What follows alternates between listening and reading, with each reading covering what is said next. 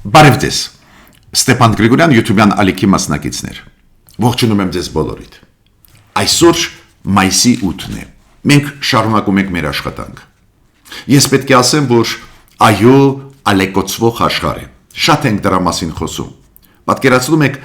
ինչ-որ ժամանակ, 10 օր, 2 շաբաթ մենք տեսնում էինք, որ ինչ-որ երկխոսություն վատ լավ գնում է Միացյալ Նահանգներ Իրան, ինչ-որ բաների ընդհանուր գալիս են, հետո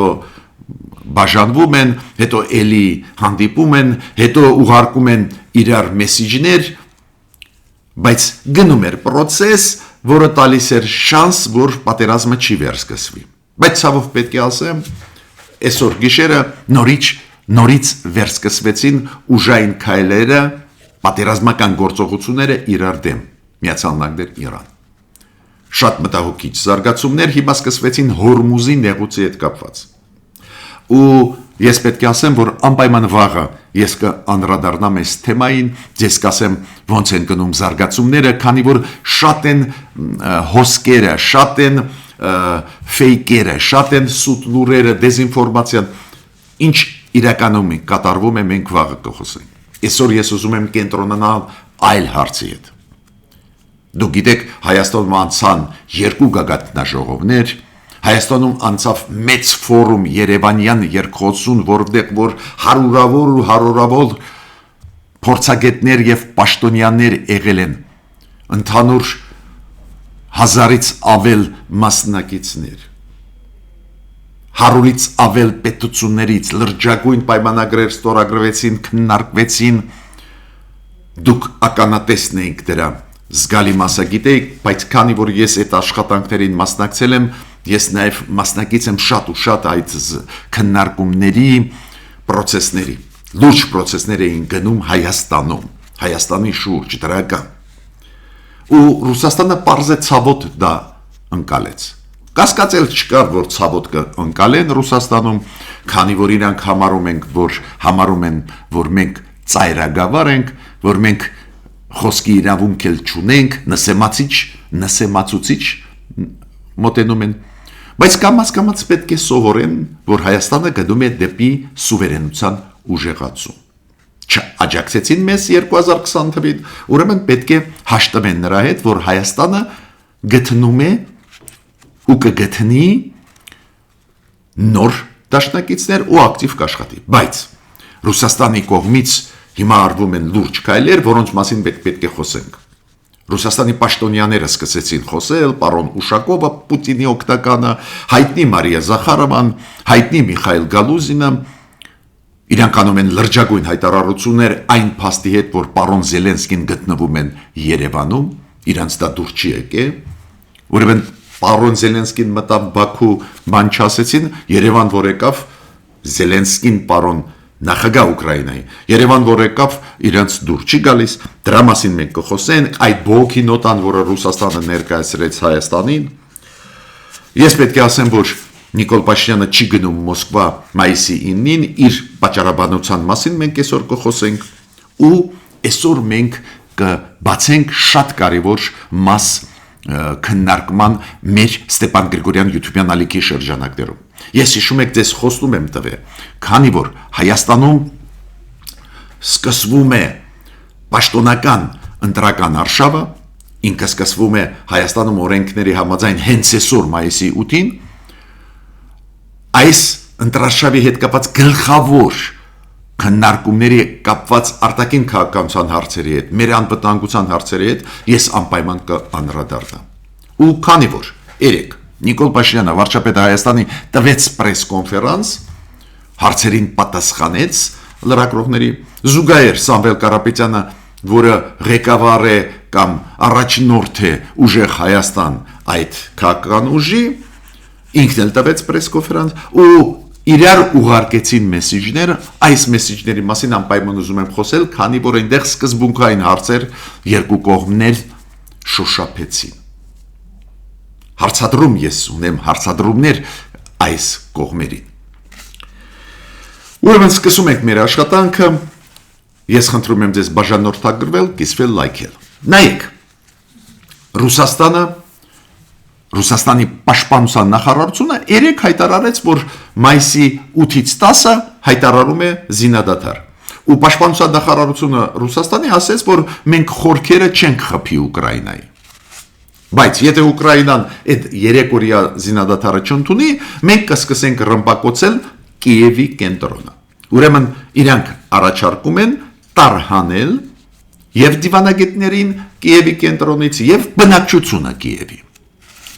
Այս դեպի սպառնալիք եկավ։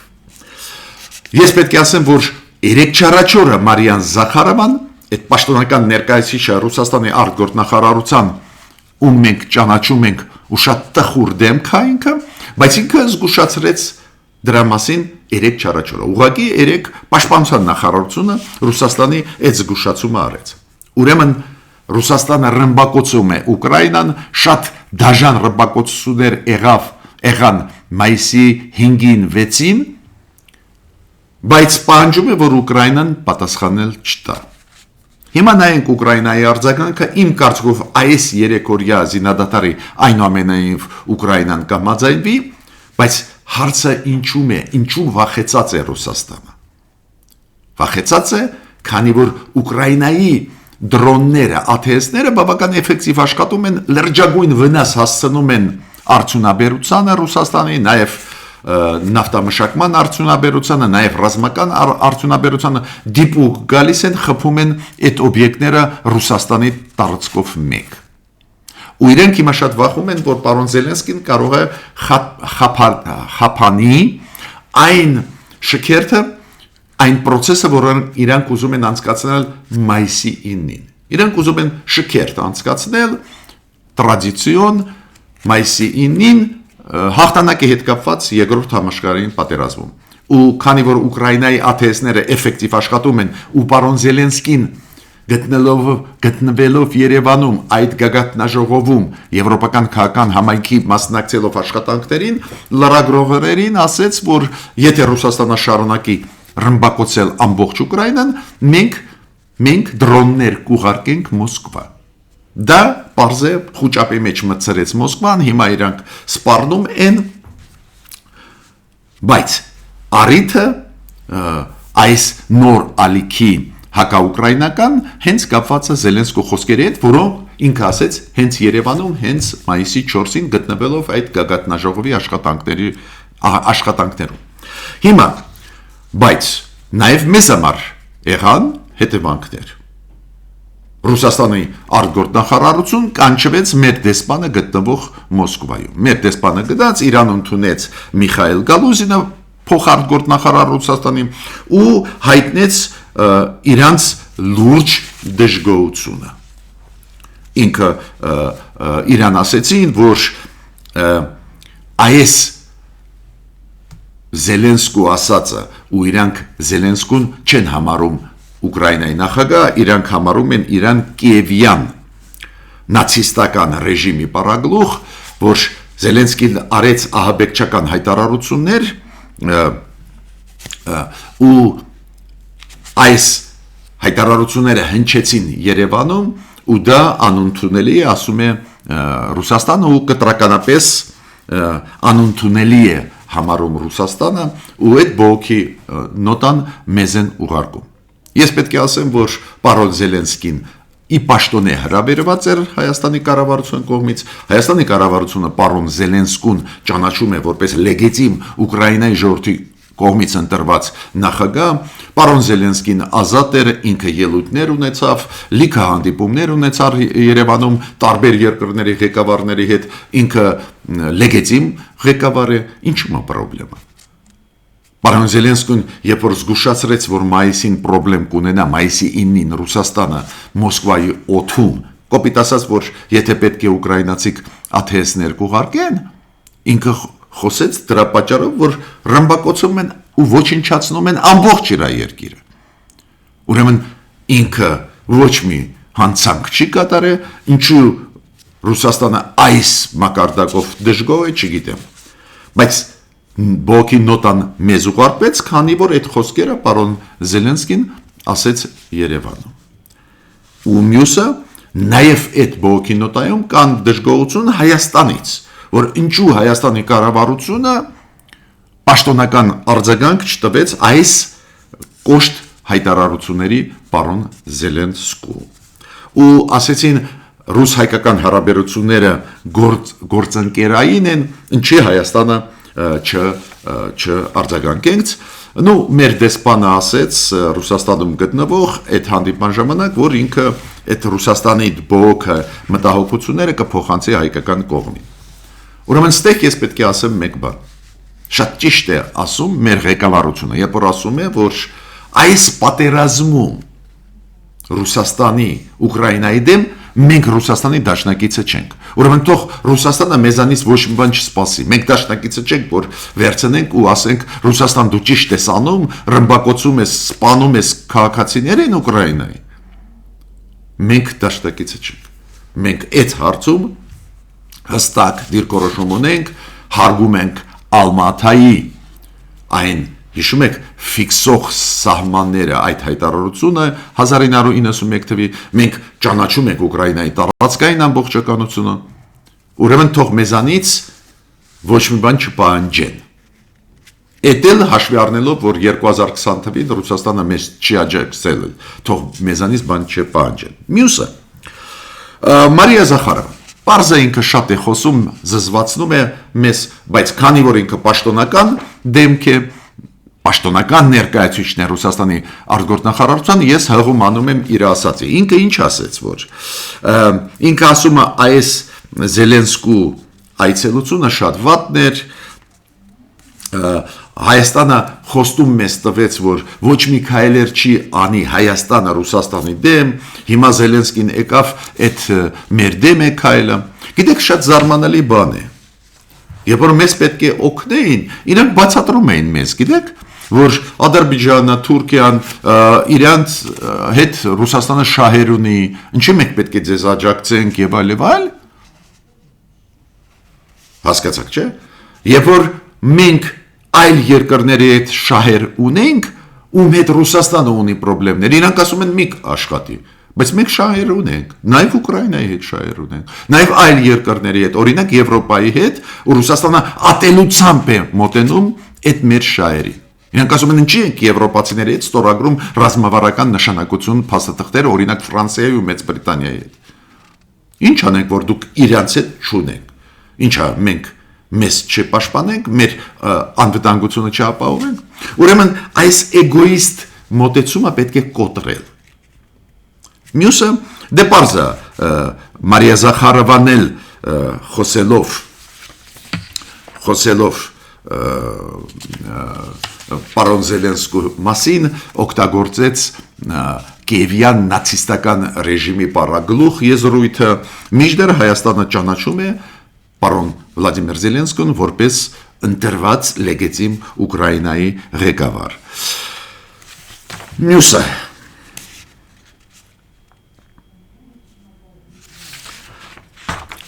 Պարոն Տիկին Մարիա Զախարովան նաև անդրադարձավ այն խոսքերին, որոնք ասեց պարոն Ալեն Սիմոնյանը Բելարուսի մասին։ Մենք ձեզ հետ երեք խոսացել ենք դրա մասին։ Ալեն Սիմոնյանը շատ դիպուկ բնորոշեց Բելարուսի այսօրվա վիճակը, որ ոնց որ ծայրագավառ լինի, գուբերնիա լինի Ռուսաստանի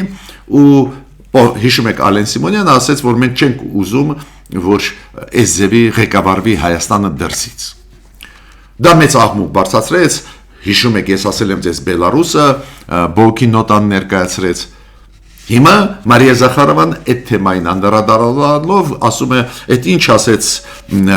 Ալեն Սիմոնյանը, դա անընդունելի է ու ասեց, որ անմարտկային նախանձի դա արդյունք է, որ իբր Ալեն Սիմոնյանը նախանձում է Բելարուսին։ Այդպես անձնական վիրավորական բաներ ուղարկեց մեսիջներ։ Մինչդեռ Ալեն Սիմոնյանը ֆիքսեց ճշմարտությունը։ Բելարուս որպես պետություն գրեթե չկա, գտնվում է Ռուսաստանի կառավարման տակ։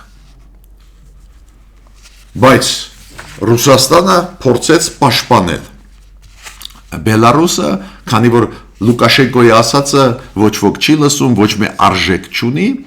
ու երկար բարակ չեք պատկերացնում, ինչքան երկար ելույթ ունեցավ Մարիա Զախարովան երեք բրիֆինգում պաշտպանելով Բելարուսը ինչ լավ երկիր է։ Երկիր, որից փախած է ուղիղ կես միլիոն մարդ 2020 թվականի ընտրություններից հետո, երբ որ սկսվեցին ռեպրեսիաները այն մարդկանց, միլիոնավոր մարդկանց, ովքեր դուրս եկան փողոց, դժգոհ լինելով, որ ընտրությունները կեղծեց Լուկաշենկոն։ Հիմա պարոն Ուշակովը դա օգնականն է Պուտինի։ Ինքը ասում է Հայաստանի իշխանությունները երկու աթոռի վրա ուզում են նստել, դա շատ անհարմար վիճակի մեջ է իշխանությունը Հայաստանի ու պետք է իմանան, որ չի ստացվի, դա միայն կվատացնի հայ-ռուսական հարաբերությունները ու նշեց, որ Երևանին ավելի ձեռնտու է աշխատել Մոսկվայի հետ կամ Մոսկվային Երևանից։ Այդ գիտեք ինչ գաղափարներ, որ ակուդա вы денетесь, որ ուր եք փախչելու, մեզանից կախվածության մեջ եք ու ձեզ է պետք այդ համագործակցությունը։ Ոստեղ ես ունեմ մենակ մեկ արձագանք։ Պարոն Ուշակով, ինչի եք ասում այդ խոսքերը։ Եթե մենք կախվածության մեջ ենք ձեզանից այդպես ուժեղ, որ ավելի ձեռնտու է մեզ ձեզ հետ աշխատել, ինչի եք ասում։ Ուրեմն կյանքը կստիպի, որ ձեզ հետ շարունակենք աշխատել, չէ՞։ Ինչի եք մեզ ասում այս ձևի բան։ Ահա, ուրեմն ձեզ էլ ձեռնտու էր Հայաստանը։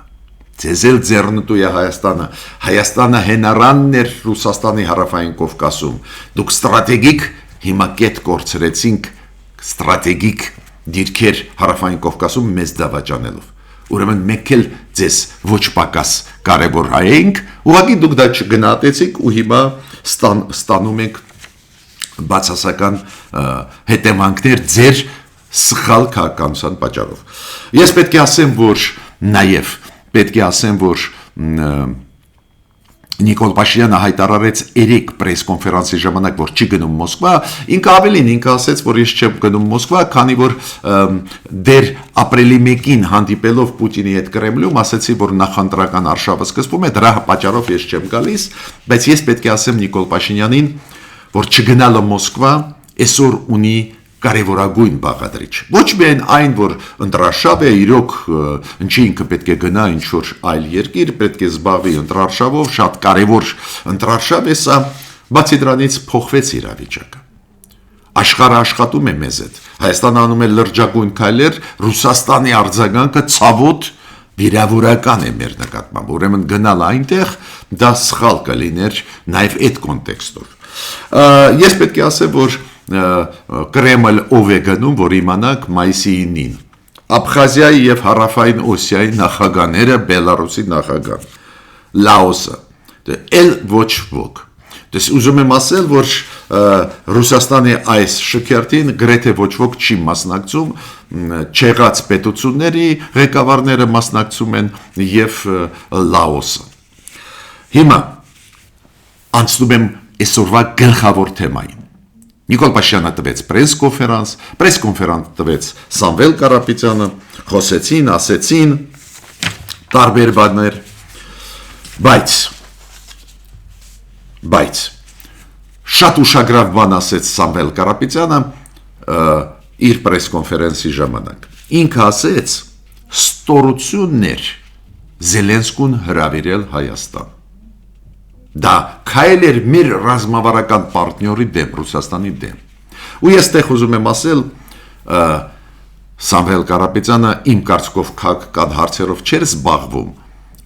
իմ կարծիքով ուղղակի այդ կամ հետ է ընկած, որ չգիտի, որ նույնիսկ Ռուսաստանը հիմա չի ասում, որ մենք իր ռազմավարական գործընկեր ենք։ Քանի որ Ռուսաստանը գիտի, որ գցեց մեզ,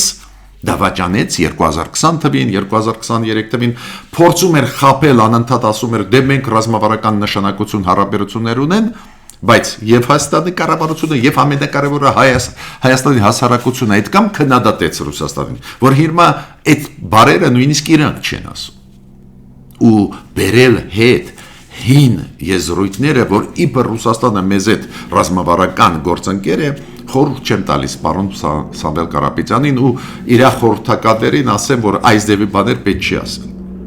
Սխալ է դա։